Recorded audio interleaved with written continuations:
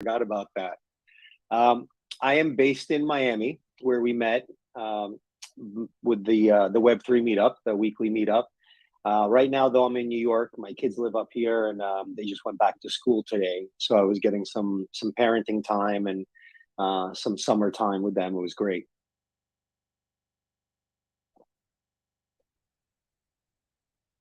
Well, my birthday is this weekend, and I will be back in a couple of weeks. Next week, I'm going to a knife throwing competition. That's one of my hobbies. Yeah,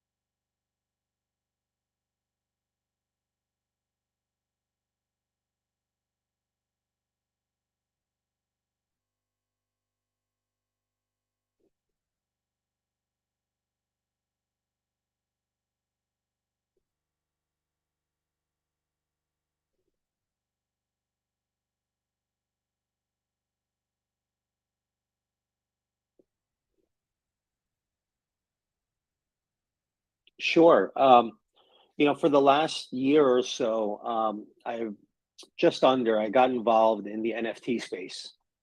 It started around last year in December around Art Basel, and I was familiar with NFTs, somewhat familiar with the crypto space, but I hadn't been spending a lot of time learning about it.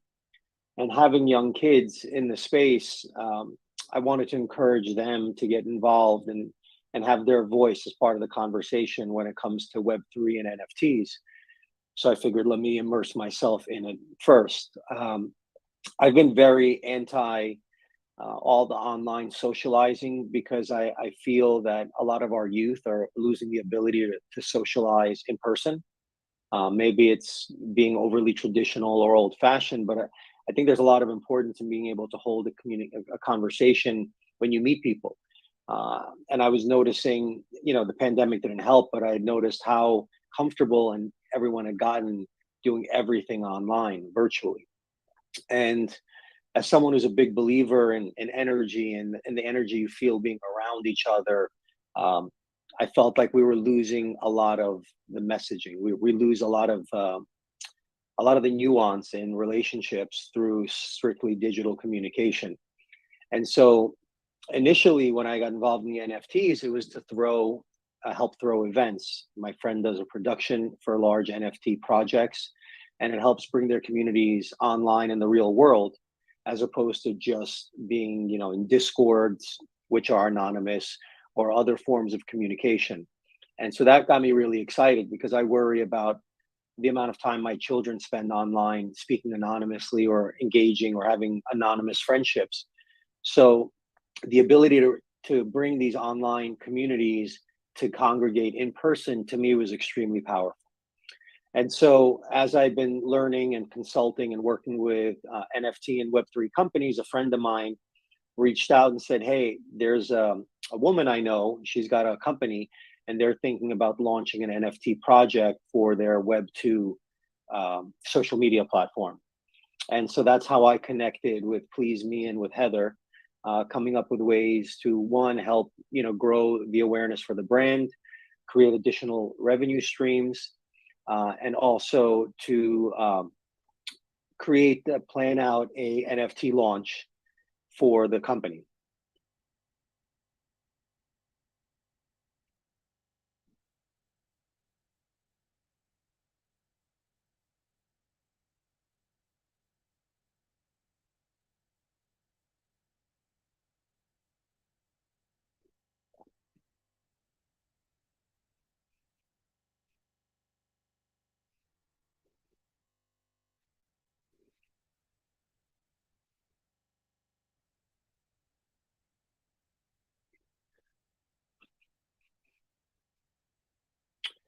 Um, I don't know. I can't say whether or not they enjoy communicating anonymously online. Um, I assume that was just the parameters of the platforms that they've been on, at least as far as my kids go. I remember, like, literally during the pandemic, yelling at my children about being on Discord all the time. And then a year later, I easily have spent more time on Discord with all these different NFT projects than they were. And it's, for the crypto and NFT space, there's a lot of reasons why that anonymous communication is important, and needs to be maintained. And which is, I assume, why Discord and Twitter are the largest forms of communication for those platforms, as they provide some of the highest levels of anonymity. It all depends on how you communicate as well. As far as kids, the same reason I think PleazeMe allows anonymity is because sexuality is still a bit of a taboo subject, regardless of how advanced we are as a society.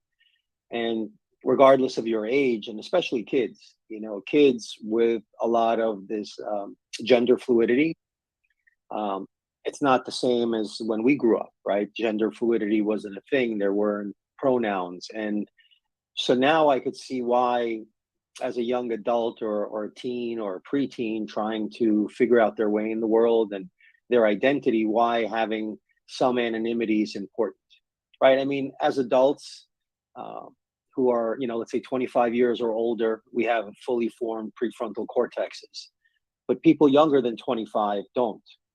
And one of the hallmark signs of a underformed prefrontal cortex is a lack of impulse control. So if people are impulsive online, I don't think they should be made to suffer for the rest of their lives. Even when we grew up, we did something wrong. Eventually, people forget about it. In today's days, the internet, it memorializes things. We've got the site called the Wayback Machine, which you can go look up any HTML web page that ever existed, right, on a certain day. So I mean, it's almost impossible to completely scrub, any history online. So I could see the value for sure.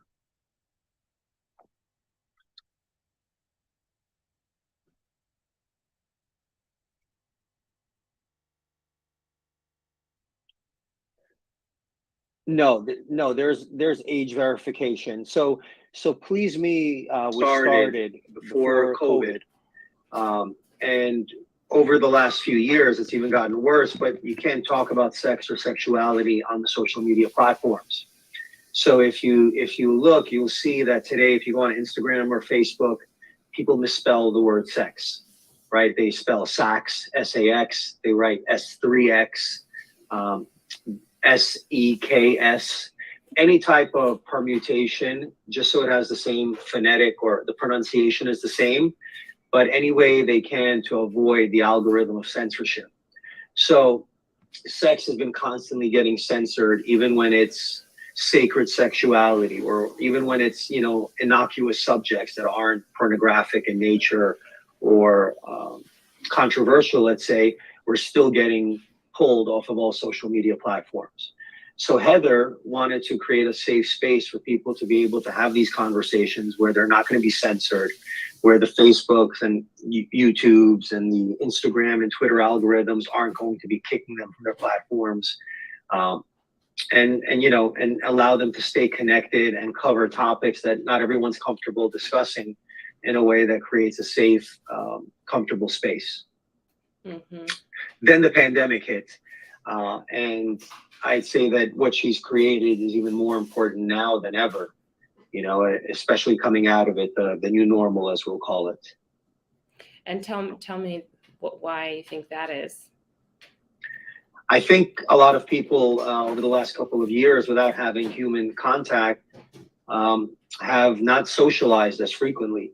There was a statistic I had heard somewhere I think prior to the pandemic, there was approximately 15 to 20% of people had, reported anxiety or depression. Mm-hmm. And I think those numbers by like August of 2020, like 4 or 5 months into the pandemic, those numbers were like at 70 to 80%.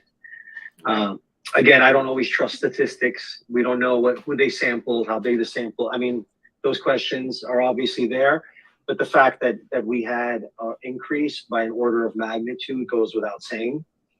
A lot of people, once the laws became a little more lax and people started coming out again, not everybody was comfortable returning.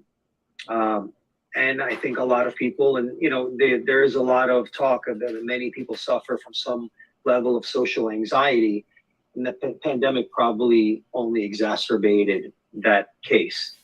So people kind of getting back into having intimacy in their life, perhaps PleazeMe is giving them a safe space to have these conversations, where they know that people are vetted, where they know that they're not going to be bullied or harassed, where there aren't ramifications, whether it be professional or personal, to ask questions, right? A teacher used to say, no question's a dumb question.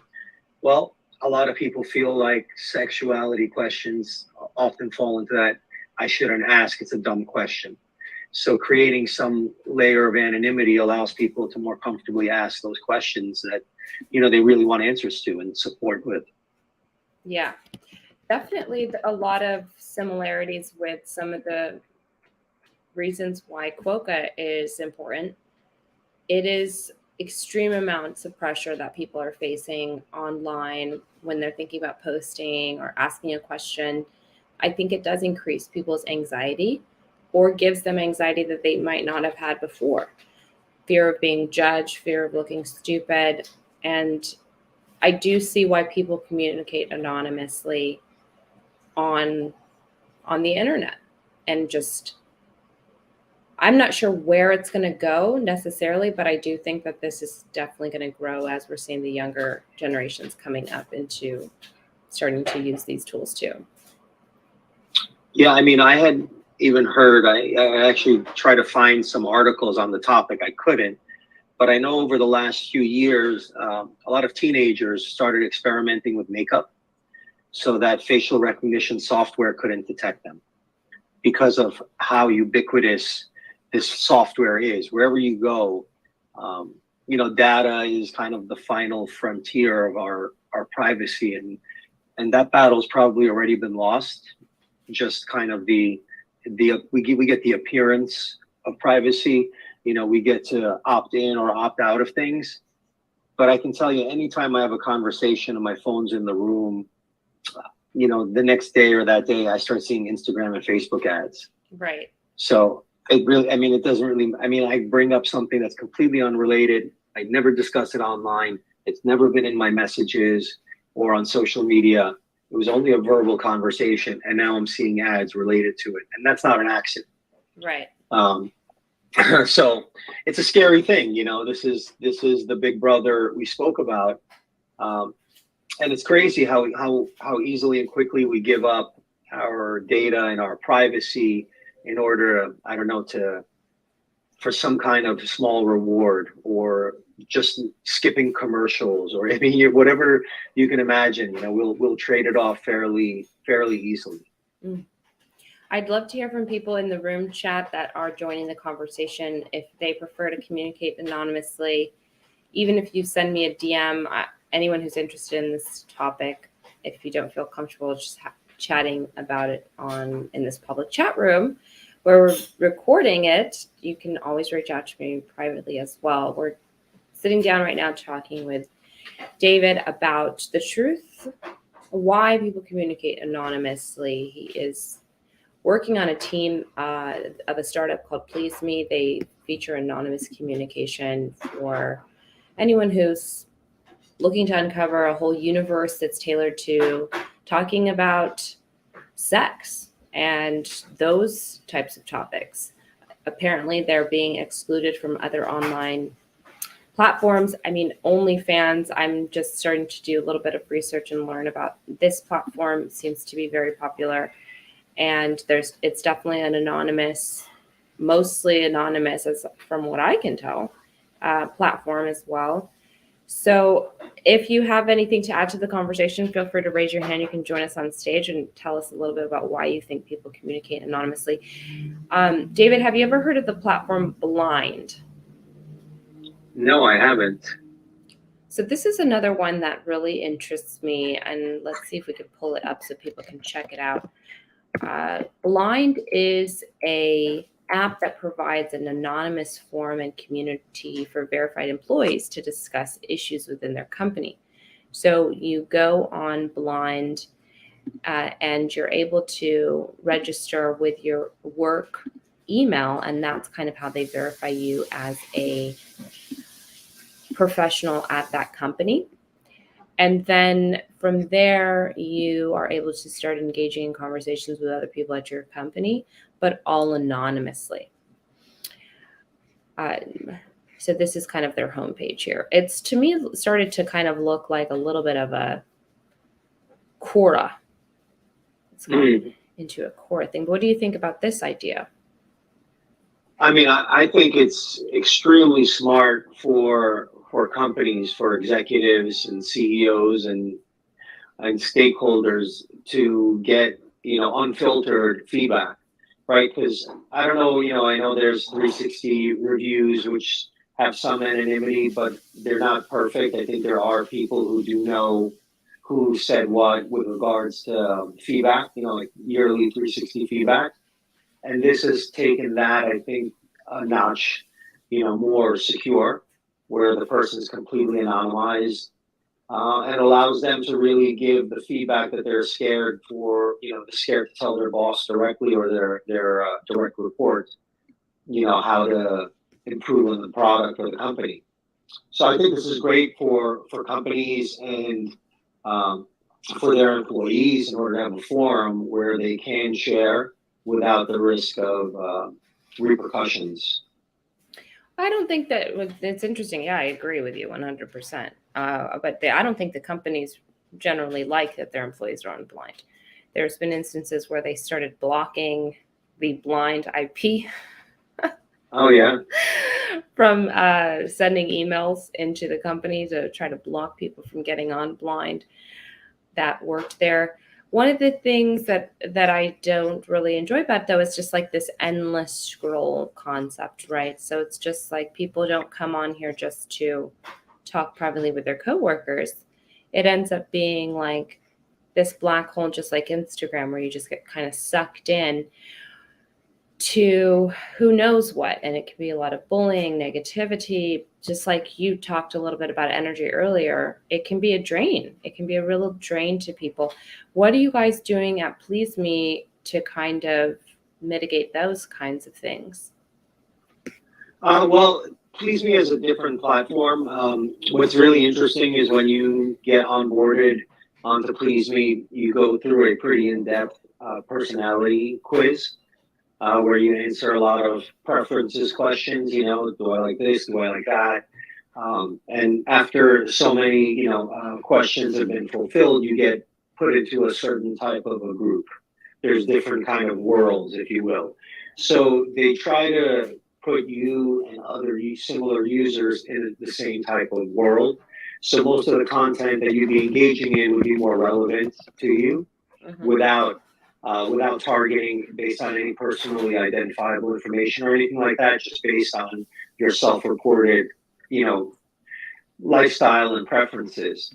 And then certain users who have, say VIP access can go from different worlds and have different conversations. So let's say I'm a cis male vanilla sexuality individual on the site. I would be exposed to similar types of users and content. So that way, a lot of the content that I would experience would feel somewhat relevant. Okay. The UI is definitely a lot more enjoyable as well than that endless scroll that you talk about. And with regards to Blind, I mean, I guess what I would wonder is what's their plan to monetize as a company? Because that would probably explain their UI. I know you pulled it in, I could see a little bit, but if I understood whether they're doing ad revenue or page views or however they're making money, right? Usually, if you follow the money, you figure out the incentives or the motives. Very interesting. Well, yeah, they did raise recently, I think, a Series A. So it was pretty large. I don't know. Well, in Silicon Valley, they're always about, don't worry about revenue, worry about users, right? At least early stages. But maybe in a recession that's changing. I don't know. Maybe. I mean, that's a very interesting question. I do wonder what they're doing here, because it is free to use it. So at some point, I'm not sure. Maybe. I remember. Oh, sorry. Go ahead. Oh no, go ahead. Yeah, I remember there was another company that I remember called Glassdoor. Yes. That they talked about the conditions at a company, and I mean that seemed to also be fairly anonymous. That I do remember was anonymous. Yeah. Yeah. Yeah. I wonder how they're different. Either between Blind and Glassdoor. I wonder what the differences may be. Well, they don't. Glassdoor doesn't. I don't think that unless they changed it, they don't verify that you actually work at that company in any way. Right. So anybody can. Okay, that makes sense. Just act loose. Blind has, I think, a patent also based on how they make you anonymous on their platform in some way, which I thought was really interesting. But and Glassdoor is mostly just reviews of a company, where Blind, I think it's like a forum where you can say, hey, I'm not really into like this policy, or hey, this is going on and it's unfair. I'm getting paid this much. How much is everyone else getting paid for doing this work, type of stuff. Right. Yeah, that can create a lot of interpersonal problems at the company, I could imagine. I'm sure. Well, what do you think about Reddit? Let's switch to another very popular place that people communicate online, mostly anonymously. I mean, Reddit is really a very powerful tool and platform, and I guess if it were not for anonymity, we wouldn't have such rich and deep information on any topic you could possibly think of. I mean, it's like if let's say our species became extinct, if they had a copy of Reddit, it would probably be the most useful way to inform other civilizations of who we were. Right? I think it would probably be the best time capsule that they could find. You know, I don't use it a lot myself. I use it to retrieve information. Mm-hmm. I'm not active on Reddit, but it's an extremely important and powerful tool, and I'm glad that we have it. I think it's a really good, like natural evolution of Quora, mm-hmm. right? And yeah, I mean, the concern with anonymity, for me is all the bullying, harassment, unchecked bullying, unchecked harassment, all that. Mm-hmm. And a lot of that, on the bigger platforms, that could be mitigated through technology. There is some level of censorship that already goes on. I guess it's a certain amount that we're comfortable with. Perhaps if they overreach, maybe there's a risk of losing platforms, users and money.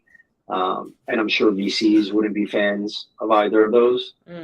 So, they continue to make their platforms sticky, so users engage in them as much as possible, and continue using them. I mean, what's your take on Reddit? How do you feel about that platform? Yeah, thanks for asking. Reddit is I agree, it has a lot of information, but again, it tends to feel very negative to me when I go there, and a lot of bullying, and I don't leave Reddit feeling happier. I don't leave Reddit feeling like, my day has been improved, and I don't find it easy to just get in and get out because of how we use technology. You get in, you may ask a question, then all of a sudden you're scrolling, you've clicked into someone's profile, you found some other rabbit hole, and you forgot what you were doing. So as an entrepreneur, it can be very distracting and bad for my business. And then at the bottom of that, I don't really feel good at the end of the whole thread. Yeah, that's what I kind of think of it. I almost got canceled on Reddit once. I felt like for asking about mental health, and people were like, "You're not certified to be discussing this." And Right. it's just like, okay. Or they'll ask me like, what certifications do you have to be able to be talking about this? So that was my limited little experience. I don't have much karma points on Reddit, basically. There's a good book not too long ago. I think it's called Dopamine Nation. Okay. By Anne Lembeck or something like that. She's a Stanford researcher. And so we're driven by dopamine. It's a motivating tool. People mistakenly think it's a feel-good drug, but it's actually not. It motivates us to do things for the reward usually. And oftentimes people can get caught up just as much in a dopamine trap for negativity, for feeling something, as they do for positivity. So I really want to see, Silicon Valley take more accountability and ownership for how sticky they make their platforms, like forcing users to take breaks, right? As a parent, like, I don't like that my son can game for 12 hours nonstop. The people who build these games don't let their children use them, right? Like, I can guarantee you that the founders of Reddit aren't letting their 11-year-old children read it, right? They're not letting their kids play on the games that they built. They're not letting them use the social media platforms that they're a part of, because they know of how dangerous it is. And that was a lot of my concerns with COVID, which is why I kind of stayed away from a lot of the anonymous platforms. I sought out real connection in a safer way as possible without, risking anyone else's health or well-being or that of my family. But there is no close second for real communication in my eyes. And I'm aware of a metaverse that's being built and virtual reality technology that's going to be so engaging that we'll have difficulty, distinguishing real from fake. There's wearable technology. Like, I had this idea years ago, and I'm not taking credit for it, but I'm divorced and I live far from my kids for many years. And I imagine being able to be on a virtual reality headset with him, and then we could hug each other, and the shirt would have like sensors and pressure, and create the ability to replicate the hug. So imagine that for, soldiers who are overseas, being able to feel like they really hug their child. That's really powerful. It's not like they're choosing to do that instead of going to hug their kid in person, right? Like, we've created such technology where people will FaceTime their child from a different room in the house rather than go have a conversation with them. It's just that convenient. Yeah. And so I'm not a fan of that, but there are instances where people don't have a way around it, and so with the technology, the VR technology, there's, neuroscience is also figuring out what kind of chemicals create a cascade of emotions in the brain and the body. So at some point, it's really getting to be like this Ready Player One world where you won't be able to tell the difference, where you'll even potentially have an IV hooked up to you that gives you the chemicals that recreates this lucid experience that you couldn't tell apart from real life. Interesting. Oh, sounds a little terrifying. Being hooked up to an IV all day, a little matrixy. What are you guys, you mentioned a point earlier, and then I think we're getting some comments and chats. We'll get to those immediately. But you said something earlier about, mitigating the, the negativity, the bullying and the stuff like that, and you could use some sort of technology for it. So how are you guys handling it at PleazeMe? At Quoco, right now we're small enough we can read every single message and make sure that it's not, offensive or whatever before it gets sent out.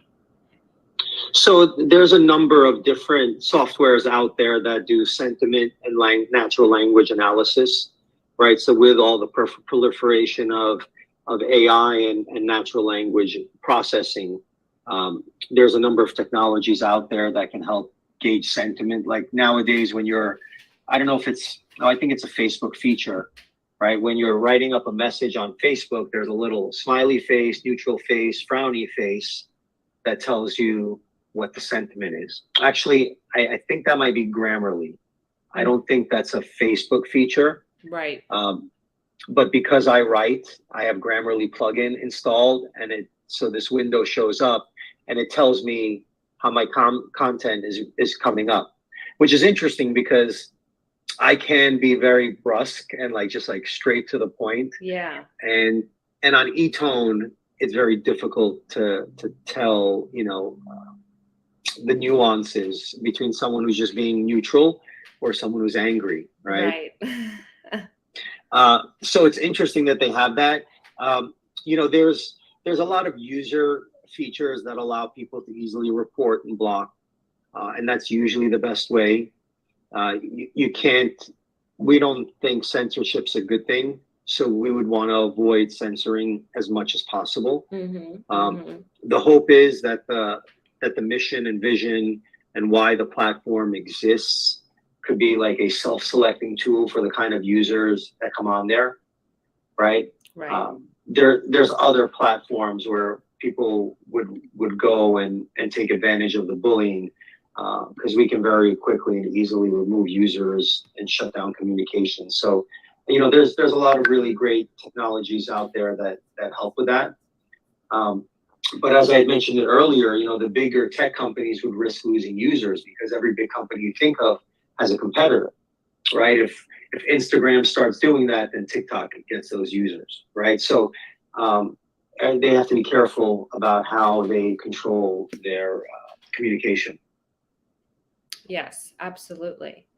And I think we're going to start to see a lot more government involvement in all of that after what we saw in the last few years.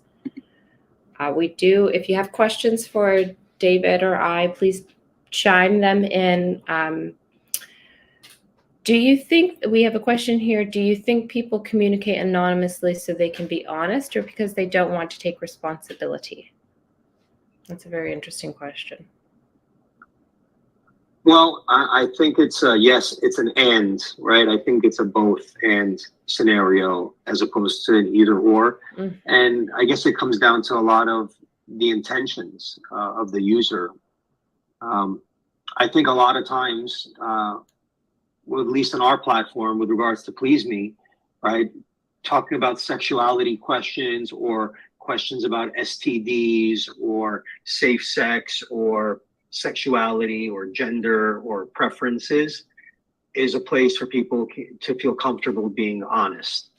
I don't think there's a question of them not wanting to take responsibility because it's not really relevant in that category.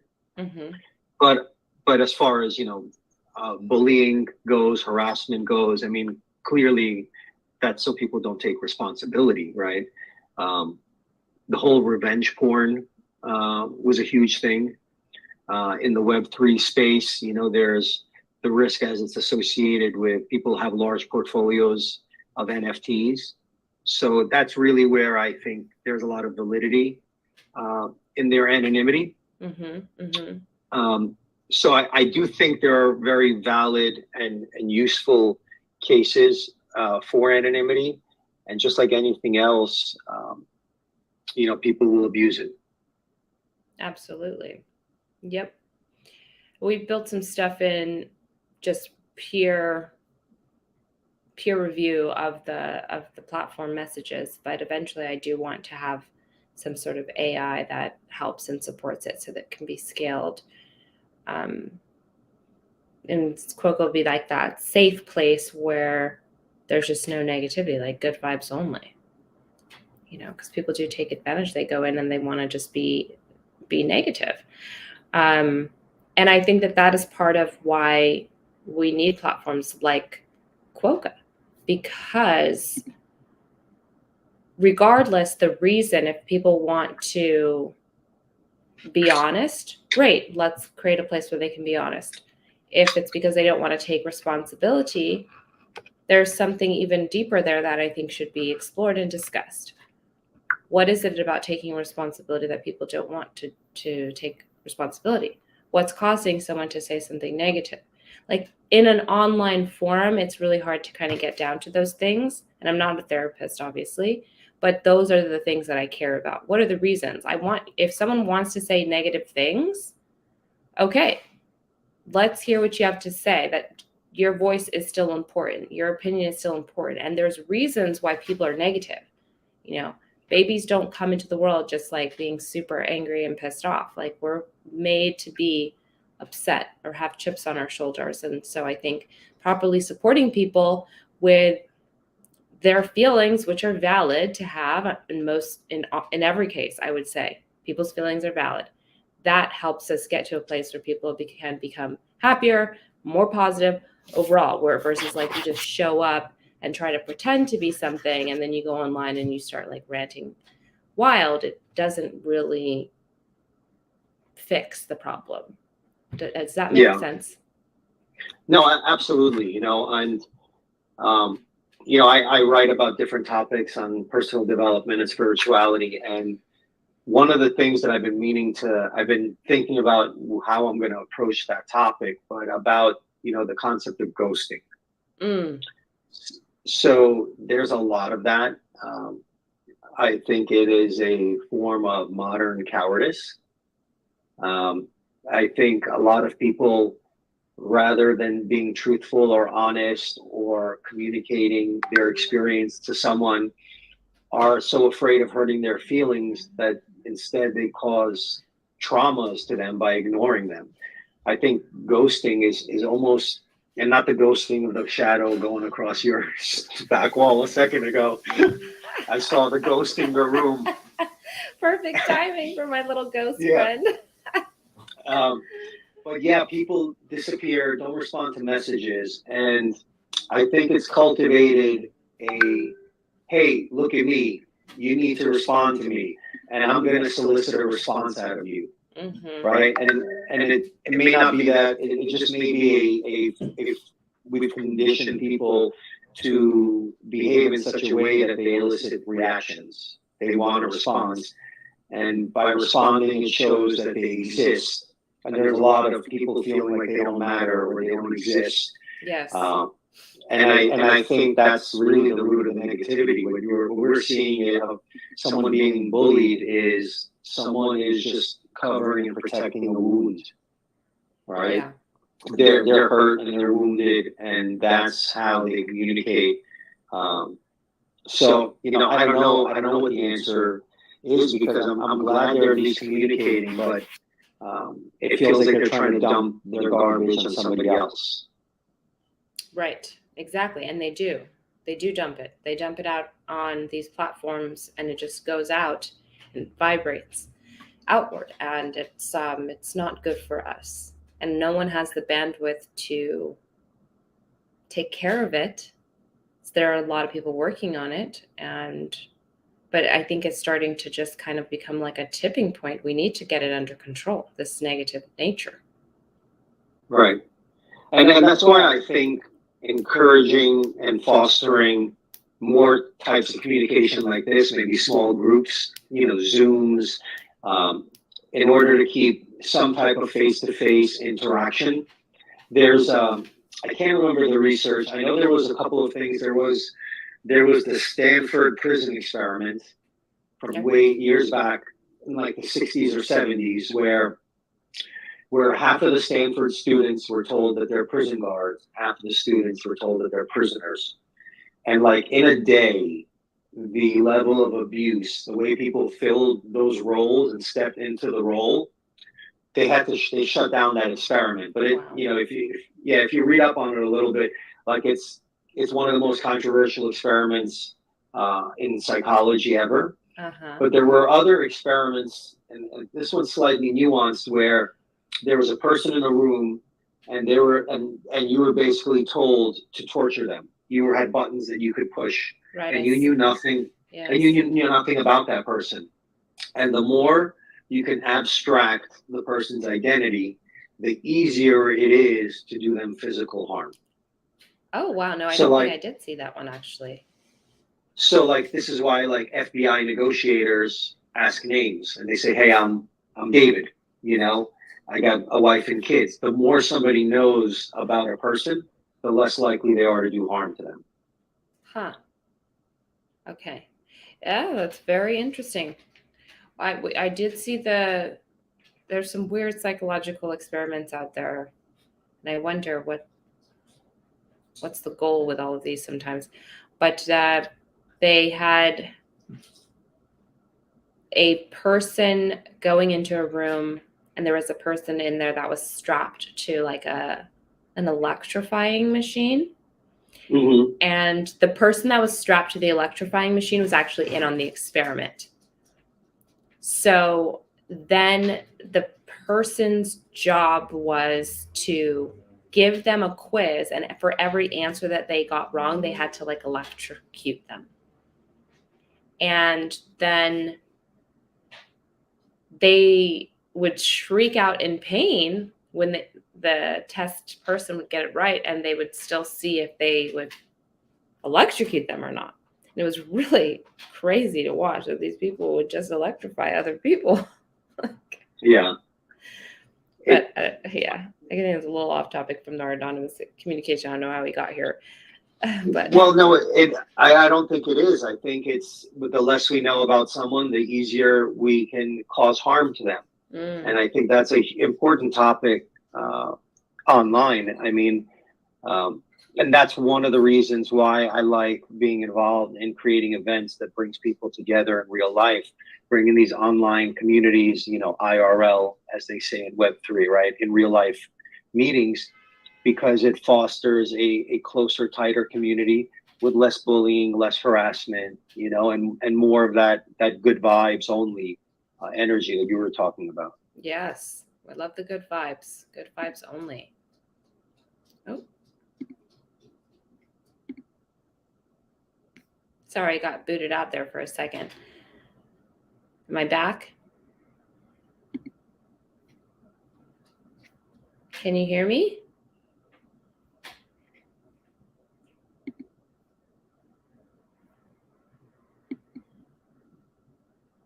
David? Hello?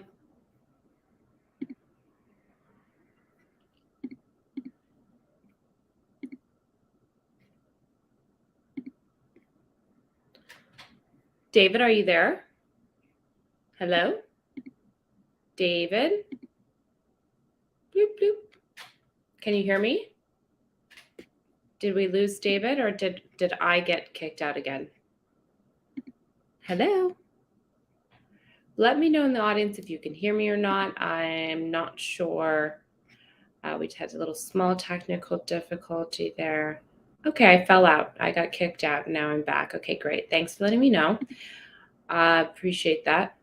Hope I'm still in here. Perfect. Okay. Small little bugs. I wonder we lost David. I guess David, he waited and then he left as well, or maybe he got booted too. I'm not really sure. But this has been a really interesting discussion. We've been talking with David about the truth about why people communicate anonymously online. I really appreciate everyone for joining that was able to. And shout out to those that are tuning in from YouTube, Facebook, and LinkedIn, as well as our amazing viewers here on Entre. I'm not sure if David's going to be able to join us back again, but I will share his information.